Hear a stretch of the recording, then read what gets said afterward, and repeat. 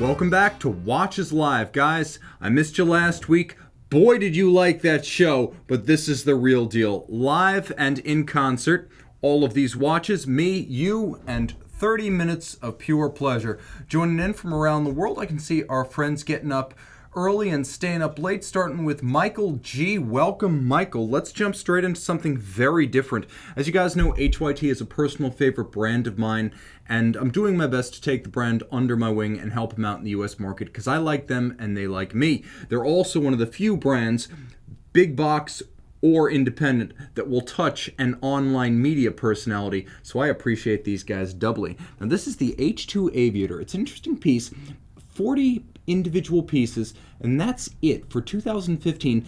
It's not so much a pilot's watch. The idea is to take the aesthetic of an F-117 stealth fighter or an F-22 stealth fighter or a B-2 stealth bomber and transpose the spirit and the feeling of that onto a watch. Now there's a lot going on here, so let's start with the basics. You tell the time using the minutes at center, and then there is a fluidic mechanical drive system, which means that what appear to be V-twin opposed pistons are actually separate bellows or reservoirs for two immiscible liquids, one green, one clear, and when you reach the end of the 12-hour arc, it is a regulator, you'll note, but when you reach the end of the 12-hour arc,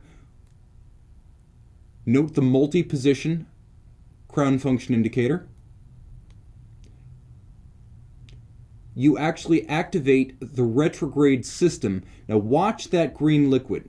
It's going to travel to the end and then it's going to retrograde back all the way to the beginning of the 12-hour cycle. So it does two 12-hour cycles around its fluid display, and it has the 60 minutes at center. As you can see, the quarters have actually been raised up, and the double 30 is the signature of this model down at 6 o'clock. Now what you're looking at is actually an Audemars Piguet Royal Oak built movement, which is why you see that crown position indicator, which is something that AP does for its Royal Oak concepts, as well as many of the higher-end Richard Mille pieces. What you see here over at approximately 9:30 is a temperature indicator. The watch is safe to use in temperatures as low as 32 degrees Fahrenheit or as high as 122. But here's the deal. HYT tells me you can actually wear the watch in more extreme temperatures than that because, practically speaking, when it's on your wrist, it is both heated and cooled. Cooled in the extreme heat and heated in the extreme cold. So on your wrist, it can withstand just about any climatic extreme. There is a balance beating away at 21,600 vibrations per hour. Everything is, as you can see, beautifully hand finished. Twin mainspring barrels on the reserve, an 8-day power reserve in total. So you've got the double mainspring barrels, you've got APRP construction, and you've got the HYT caliber 201, which is immaculately finished, and it is truly high horology finish as well as high horology engineering. Now it's 48.8 millimeters in titanium. I'm not going to claim this is a discreet watch, so I'm going to throw this one on the wrist right now real quick, so you can get a sense of how it wears. Now, the one that I like most in the H2 family is actually the new H20, which is this movement, but without lugs. Now, the lugs you see here are substantial. They do span the wrist. I would say you probably want a wrist about 17 centimeters circumference or larger to wear this one, though you can see at 16 centimeters, it does wear. It's not a heavy watch. It's mostly sapphire and titanium, and it's a lovely thing, craft art at its best. But if you want something that's a little bit more wearable on a small wrist, go with the H0 case and the H20 model. It's a lovely timepiece with a lot going on from a brand that only makes a few hundred watches a year. They're based out of Neuchâtel, Switzerland, and I'm tentatively scheduled to visit their factory and film a little spot. Jumping into the box right here. Okay, we've got Alexi Simola of Finland, Justin Hill, Kevin S., Dustin Van Patten, JC joining from Central Park. He's on the go. We've got Marwan joining from Jordan. We've got Watt family. Hi, we missed you. I missed you, dudes. I missed you, and I regretted giving you a taped show. All the same, we're going to make up for lost time. King N. We've got Turkischer Meister out of Turkey joining us. We have Garrett M. from Jefferson City, Missouri. JBO Surf of Adelaide, Australia. Prince Wynn joining from Los Angeles. We've got Caleb D., who's finally made one of our live shows. Hail Bop is in the box.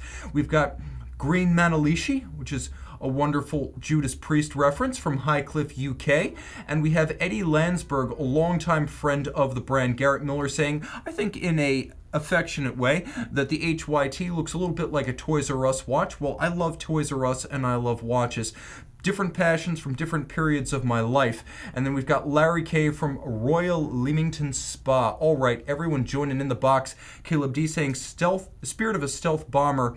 He thinks it is the opposite of stealth. A Zin would be stealth, but he still thinks the HYT is a cool watch. Josh LaFontaine joining us from LA. All right, jumping into the box, Tody S. and Jose Rebello, welcome. Jose from Portugal, I think our first Portuguese viewer in a while. Let's talk about a watch that almost everyone forgot immediately when it came out back in 2014. This is the Blancpain 50 Fathoms bathyscaphe chronograph, which might have been the most interesting complication of 2014. 43.6 millimeters. You can see this one in black ceramic. It's still a 300-meter water-resistant diving watch. It still has a unidirectional dive bezel, but it has a flyback chronograph function via caliber F385 that might be the most interesting movement of 2014. Immaculately hand-finished. You can see this one features some shades of the L Evolution series with the Lamborghini Aventador style wheel adjacent and driving the chronograph mechanism. The interesting thing here is that you've actually got a free-sprung balance, a flyback chronograph, a 50-hour power reserve, a balance beating away at 36,000 vibrations per hour or 10 beats per second like Zenith El Primero. All of that in a dive watch, hand-finished tech, silicone hairspring, 5-position chronometer style adjustment, and all of it's still very wearable as it's essentially the same size as the standard bathyscaphe.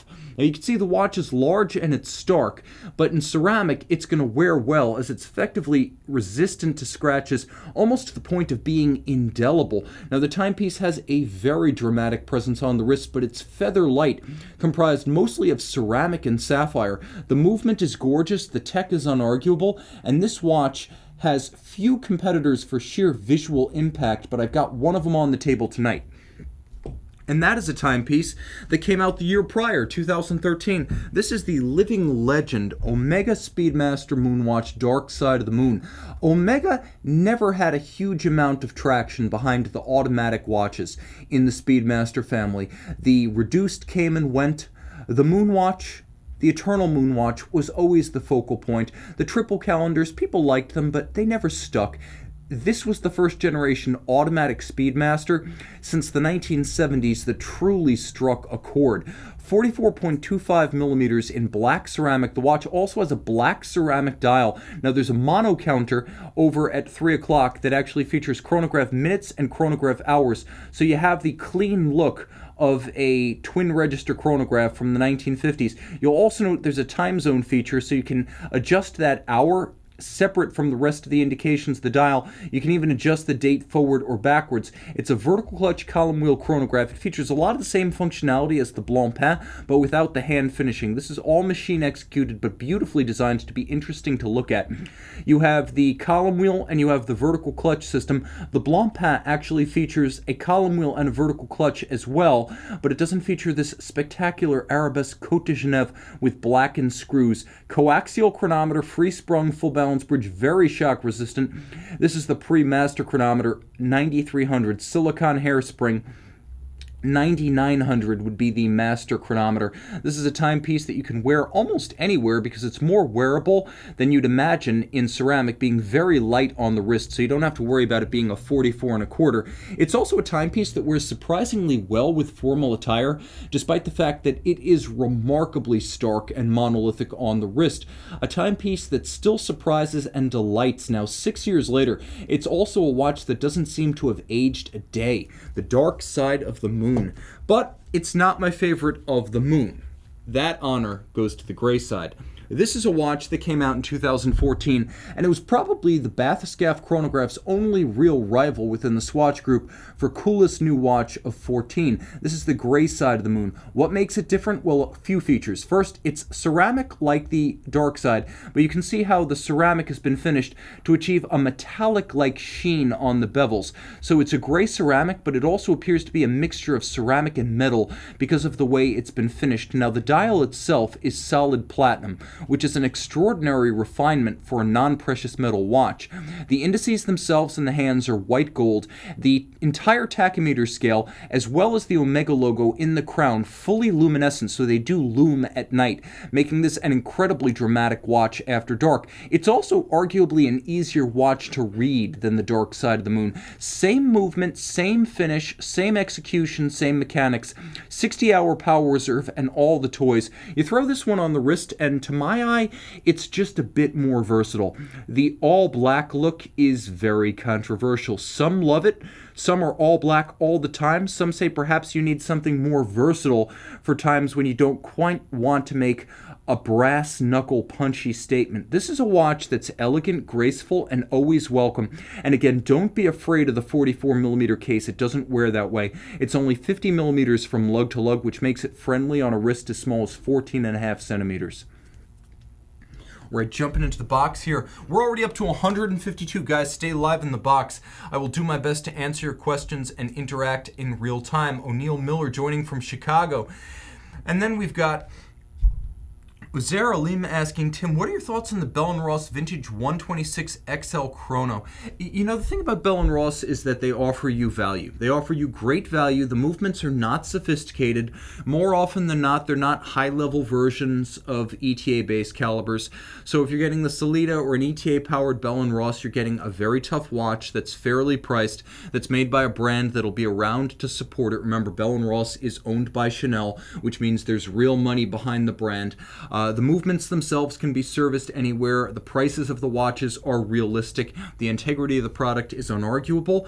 I think I like the watch. I think the vintage aesthetic of the vintage 126 will probably hold up better in the long term than some of the Instrument series watches. So if you want a more versatile look than your typical Bell & Ross, go for it. But I would also say if you're shopping that price range and that type of watch, you definitely need to consider Zen and Damasco because they're competitive in that range and in that class. Jumping into the box right here, we've got Abracadabra. Tim, what do you think when oversized watches will be a matter of the past? Truly oversized watches already are. I think even with HYT, with the H2 right here, this represented their first take on the H2 watch. The H2 has removed all the lugs, which has effectively made the watch much smaller. Panerai has been pushing 40mm, 38mm, 42mm watches. All of the IWC Pilots watches stepped down a millimeter or two back in 2016. JLC's Master Series went back from 41 and 40mm to 38 and 39, and across the board you're seeing pullbacks. You saw the Rolex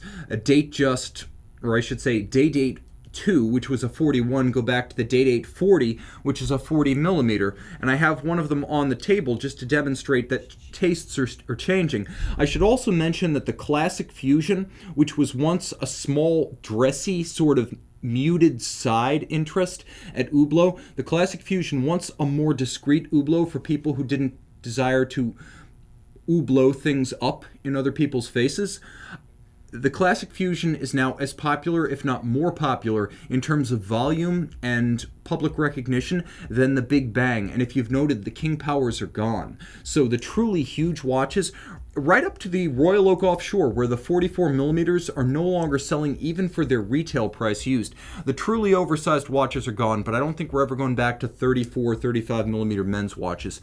Now here's the Day-Date 40. The Day-Date 40 came out in 2015, and it pared down the previous Day-Date 2's 41mm case. It did a few things to make the watch more wearable. First, 40mm rather than 41. But second, the way the bracelet pivots, and I'm going to show you how this works, but the end links of the bracelet, you can see how they're pivoted rather than rigid. They don't flare out like they did on the Day-Date 2. The Day-Date 2 was a huge watch across the wrist because of the bracelet lugs. Now the bracelet here, yellow gold to match a yellow gold dial, a yellow gold bezel, and a yellow gold case. This is 228, and it is spectacular. It's a watch that has the mass and the substance of a platinum Rolex from previous generations. What I really like about this generation is not only are you getting solid links everywhere, but you're getting ceramic pins inside the bracelet. This is now general. On every Day-Date 40, the Day-Date 2 only had the ceramic pins in the platinum model, but with the ceramic pins bracelet stretch, Rolex rattle, it's gone for good, as the links themselves can't wear down the pins that bind them internally, and the thinning of the pins was what created Rolex bracelet stretch in the past. Now ceramic coated, they will never wear down, the bracelet will never stretch. It is a substantial thing, and you can see the beauty of that dial. It's explosive, and that's the joy of a sunburst. You have that deep grain that catches the light and plays with it, but you also have those applied yellow gold, polished and faceted, stylized Roman numerals, right down to the Roman numeral watchmaker or clockmaker's 4. This is a watch that simply explodes, even in the soft studio light. You can imagine it in broad day. This is a Rolex Day-Date 40, and a wonderful way to get into Rolex if you don't want to wait and you don't want to pay a pre-owned premium. Jumping into the box right here, I can see we've got now 187, 194 viewers. Stay with me, guys. Let's try to hit a number tonight. We have BUWSUR, who's asking who came up with ceramic pins in a bracelet. Probably Rolex. They were doing this back in 2008, and that's the first I know of a brand using ceramic inside a bracelet to prevent stretch. And then right here we've got a question from Turkish Meister. How many N is the gold? I suspect that one is 3N. That's fairly standard. If it were 2N or 1N, I believe it would look substantially paler than that. You can usually tell 2N or 1N, and if you want a sense of what that looks like, open up a different tab, keep me streaming, but check out the Singer Track 1 Geneva edition. That's a good example of what a very pale 1N gold, yellow gold, looks like. And then right here, we've got a question from O'Neill Miller. Day-Date versus Daytona 116508 green dial. I'm a Daytona guy. I'd have to go with the Daytona. It's hard not to. When you're a motorsports guy, you lean towards the Daytona naturally. Now, the timepiece that also recalls automobiles, albeit not so much motorsports as on-road and off-road luxury, is the 2016 Zenith El Primero Range Rover. This is about as good as watch auto co-branding gets. I would even call it the gold standard. It's discreet, it's handsome, it's desirable absent any automotive associations, and it does a great job of combining a few cues that reference the automobile without destroying the essential balance or appeal of the watch. Now, it's a ceramized aluminum case, so very scratch resistant but also very light, and I'm going to take some of my fingerprints off the crystal so you can get a better sense of the spectacular vertical satin finish dial. So if you can imagine stainless steel satin finish, the dial has that. Minimalist registers, you can see registers for constant seconds and chronograph minutes with a minimized chronograph hours track that disappears and creates almost a twin register symmetry on the dial. It's a loomed dial, it has a flange outboard, and you can see it features a tachometer, albeit calibrated for speeds likely far higher than you would attain in a Range Rover. You can see the Range Rover script underneath Zenith, the only cue as to the co-branding on the dial side. 42 millimeters, you turn it over and you get a Zenith El Primero caliber 400. Automatic winding, 50-hour power reserve, 10 beats per second, 100 meters water resistant, so while your Range Rover may not be amphibious, this timepiece definitely is. There's a little bit of automotive co-branding on the reverse side. A few standout features of the El Primero. You can see the reduction wheel of the bidirectional winding system, engine-turned perlage on the bridges. You can also see blued screws as well as polished screws. The blued screws are used for adjustment. The polished screws on the mechanism, as you can see, are actually used for physical assembly. And the watch has both. There is a column wheel. It is a column wheel chronograph with a lateral clutch, old school watchmaking. Throw it on the wrist and you can see the 42 wears easily. It's 50.6 lug to lug, and I would say this wears on wrists as small as 14 centimeters. It is feather light, and you can see that Zenith did not cheap out with the sapphire, as it is a generously domed box section profile, the most expensive type of sapphire to procure. You'll also appreciate that the hybrid rubber and Bridge of Weir leather strap is appropriate for Range Rover enthusiasts. It is the same leather used inside Range Rovers, and again, Zenith not cheaping out, giving you a full deployant clasp rather than a pin buckle. And I really do believe that is as good as it gets. If you want to look back to the JLC Amvox series, that's really the only rival for doing an auto watch co-branding with taste and discretion. I could see Chris Davis, though, disagrees. He says, that strap is hideous. And then Geezer saying, well, he agrees with me, that the JLC Aston Martin Amvox Chrono was pretty cool. Thomas Von W saying, you can hardly read the dial.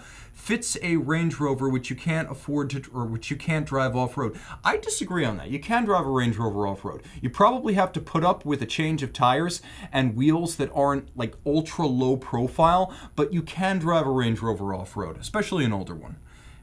I would prefer my Range Rover about 40 years old, manual transmission, 2 doors. That would be cool.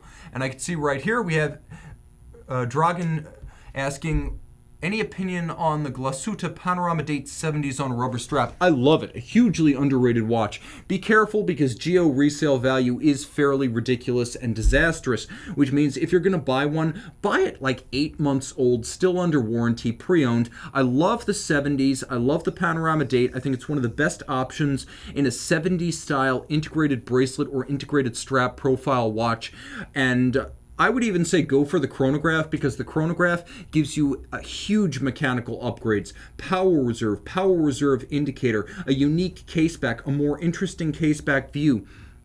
I think you get a lot more with the Chronograph than you get with the basic Panorama Date, but I'm not going to dissuade you from getting the Panorama Date. Just be sure to get the Sunburst Gradient dial if you do get that model. Now jump into Geo because you mentioned it. Let's talk about the Senator Observer. Now this watch is based on observation watches from the first half of the last century. It's got a little bit of an aviator's aesthetic to it. As you can see, the idea of a no-nonsense military observation watch to be used in the field or from an observation aircraft above the field. Intact on this dial, which is a no-nonsense combination of white on black print. It has a matte granular finish, and as you can see, a twin register layout, but don't mistake this for a chronograph. It is a power reserve watch with a panorama date or a big date down at 6 o'clock. This is the caliber 100 with twin mainspring barrels and a 55-hour power reserve. The watch itself is a beefy 44 millimeters, and I do recommend getting it on the bracelet because one of the things I love about Geo's bracelet is that it features a push button. If you look at the logo, it's actually a push button that allows you to unlock a slider system internally, and you can see it is a slider system with multiple incremental stops, so you can fine-tune the sizing of this one. And if you take a close look, you can also see that the entire bracelet is sizable, as you can remove every individual link on both sides to get just the right match for your wrist, and that's before you use the incremental sizing system. You can see the primary and the intermediate links are designed to interlock so that there's no daylight showing between these links in profile, and you can see this is an incredibly close coupled set of links. The tolerances for this bracelet are absolutely astounding. This is almost aerospace grade fabrication and beautiful to see on a watch. Now if you turn it all over, you can see the caliber 100, automatic winding, twin mainspring barrels, one of the truly premium automatic options from Glasuta Original. This is one of their flagship automatic movements. And you're getting it in a watch with uncompromised and timeless style. And hey, take note, it's fully loomed. You can see this one at night, featuring the uncommon and infrequently seen kite-style hands. You rarely see these. This is another vintage Q on a vintage watch, or I should say a vintage-inspired watch. Jumping into the box, we got a lot of friends joining in. We're up to 222 live, and we have Paul Rather. I'm asking, are new retro pieces still cool? I think if they capture the spirit of something vintage, then yes. If they're too literal, then I would say no. Think the Dodge Viper. It doesn't look exactly like a Cobra. It doesn't really look anything like a Cobra. There are no details that match one for one, but you can clearly tell the Viper is inspired by the Cobra. Now, where this has been done poorly is when it was just too literal. When a new car looks just like an old car. Remember the Ford Thunderbird from the early 2000s? it was too cute by half. It didn't work out. Now let's talk about a watch that kind of straddles controversy because it sort of does what you're describing, only it does it by taking what was once a triple calendar watch and transposing it onto a chronograph that is not a triple calendar. This is the 2018 500-piece Omega Speedmaster Moon Watch Hodinkee 10th Anniversary Edition. Now, the original watch, the reference 3520.53, was a triple calendar, sometimes known as the Speedmaster Mark 40, from about 1995. Now, this watch is based on the CK2998 case. That is the minimally beveled, straight lug 39.7mm case we know from the modern CK2998s and the first Omega in Space from 2012.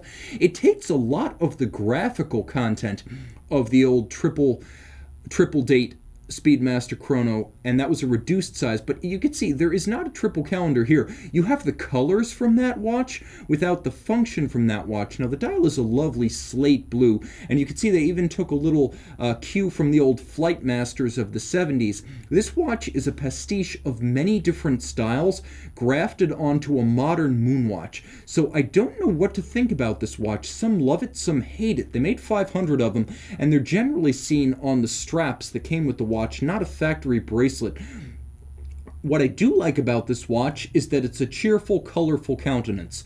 If you want an upbeat timepiece, one that's nicely loomed, that has a fun backstory, and a true moonwatch caliber inside, then you're all about this. But if you like the original Speedmaster Mark 40 triple calendar chronograph, or you prefer the standard CK2998, then you're probably not going to be happy with this watch that straddles the fence between the two. I'll throw it on the wrist so you can get a better sense of its minimally beveled sort of vintage style case. This is not the Moonwatch case. You can see it doesn't have the sheer guards for the crown or the chronograph pushers, nor is it a 42mm, nor does it feature the lyre style lugs.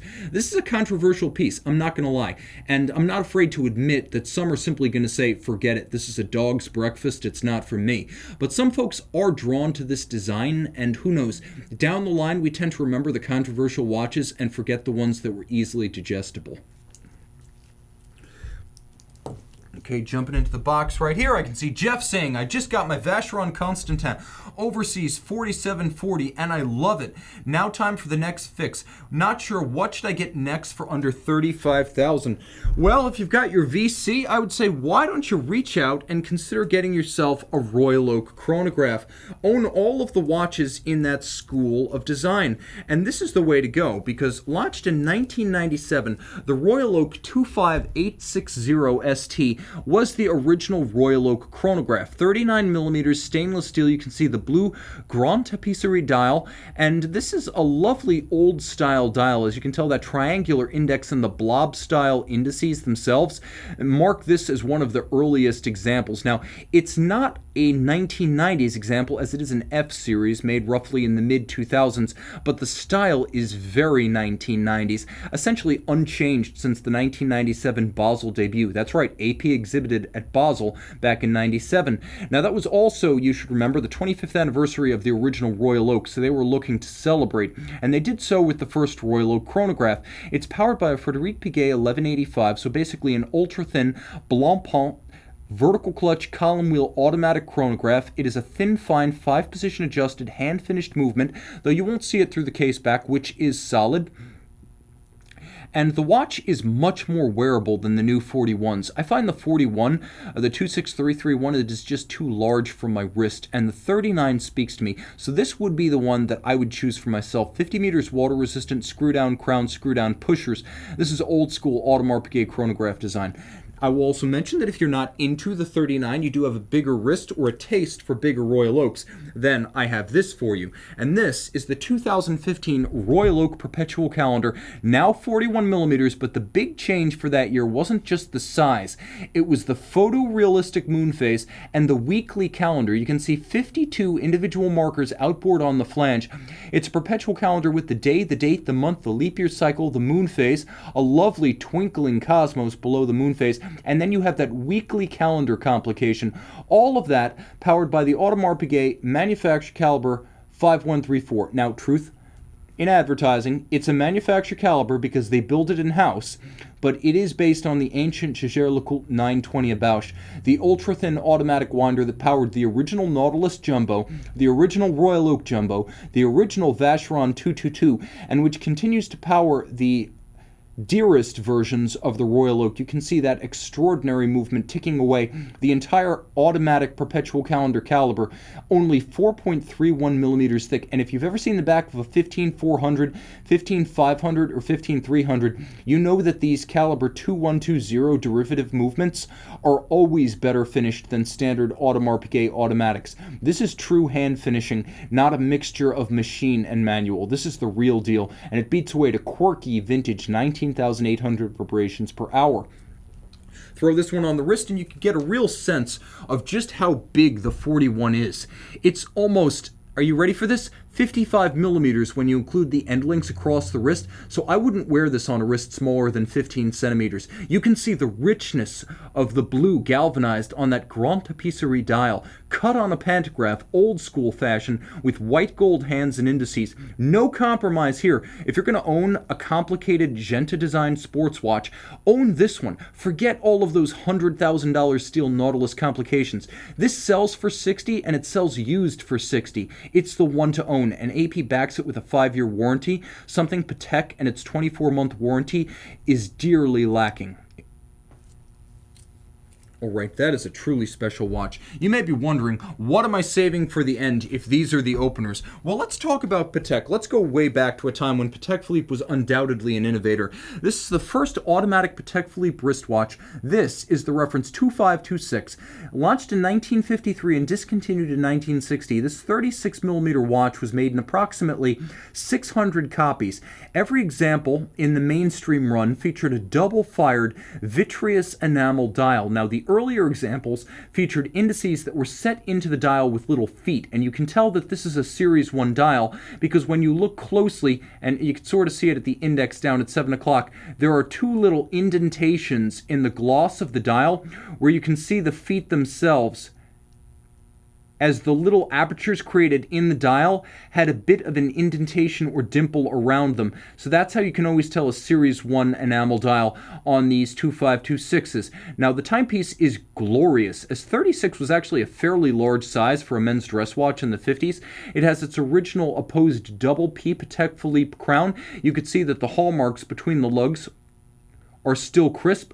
All of the original metal is still present in the lugs. This one has been largely spared the refinisher's wheel, and you can see that lovely plexiglass distortion. The movement inside, caliber 12600 AT, 12 lean, 6 millimeters thick, hence 12600, 30 jewels, adjusted in a chronometer style, 5 positions with a free-sprung Gyromax balance, patented only 2 years before this reference came out. These were able to run between 1 and 3 seconds per day, and Patek even claimed as much in the brochures accompanying the watch. Geneva hallmark finish with finger-style train for the third wheel, fourth wheel, and escape wheel.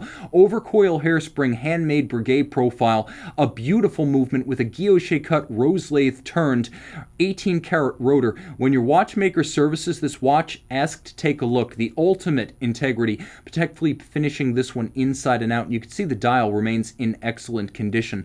I'll throw this one on the wrist real quick, and you can see that 36 millimeters, just like a modern Rolex Datejust, it still wears contemporary on a man's wrist. It's got grace, it's got gravitas, it does not need size or bulk. An impressive piece for those who know, and an important milestone in the history of Patek Philippe. It would be proper, in the modern parlance, as the argot has changed over the years, to call this a Calatrava. All right, jumping into the box right here. And then we have Russell996 responding to Kevin saying Patek covers all bases. And then Crappy saying 36 millimeters does nothing for me. I'm a fan of 36s though. Blue Shirt Buddha saying lovely Patek. Andreas S saying, was Patek an innovator when it was relying on JLC movements? I'm going to say yes, because for the most part Patek Philippe would always finish JLC movements to its standards. I've seen a JLC 920 and I've seen what Patek Philippe called its own caliber 28-255. The Patek features a Gyromax balance upgrade. It features incredible finish, the likes of which JLC never bestowed on its own movements. And I would also say Patek Philippe never cased up someone else's caliber. They always made improvements. So yes, they were innovating, and of course, even when they took someone else's Bausch, they were doing their own things with it. And that goes for Audemars Piguet and Vacheron as well. Abdul, a longtime follower of the show, saying, what a beautiful watch. I've got another one for you, man. I think you're going to like it. Abdul is a fan of traditional sizes and simple watches, and the original Lange Sohne 1815 flyback chronograph was all of those things. 39.5 millimeters, this rose gold variant was made from 2004 to 2008. So 39.5, it's essentially a stripped down datograph in terms of both complication and details. A dial of solid silver that's been galvanized black. If you wonder what sets this apart from the revived 2018 version in rose gold with black dial, that has an all black dial. This one has silvered registers. Now you turn it over, and by the way, it's only 11.2 millimeters thick, and you can see caliber L951.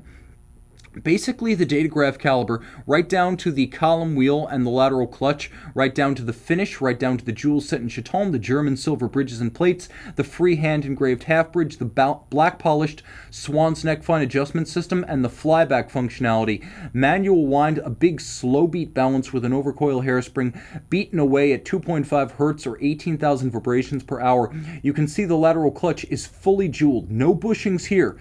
It moves away from the driving center wheel and it moves into contact. When you move it away, you can reset everything and watch the hammers fall on the heart cam at center.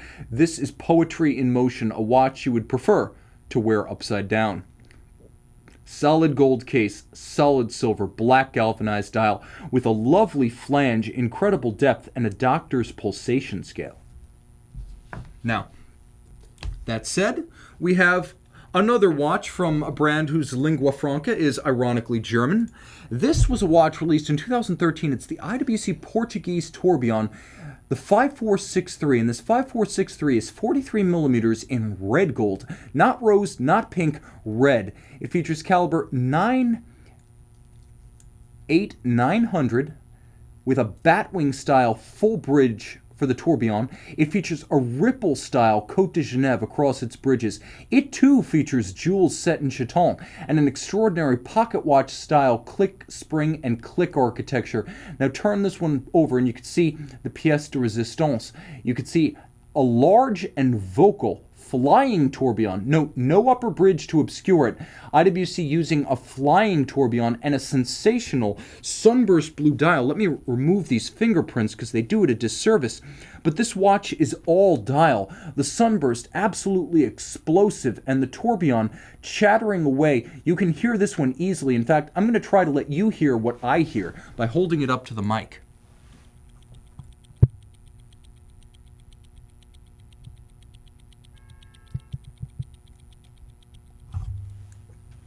It's chatty, isn't it?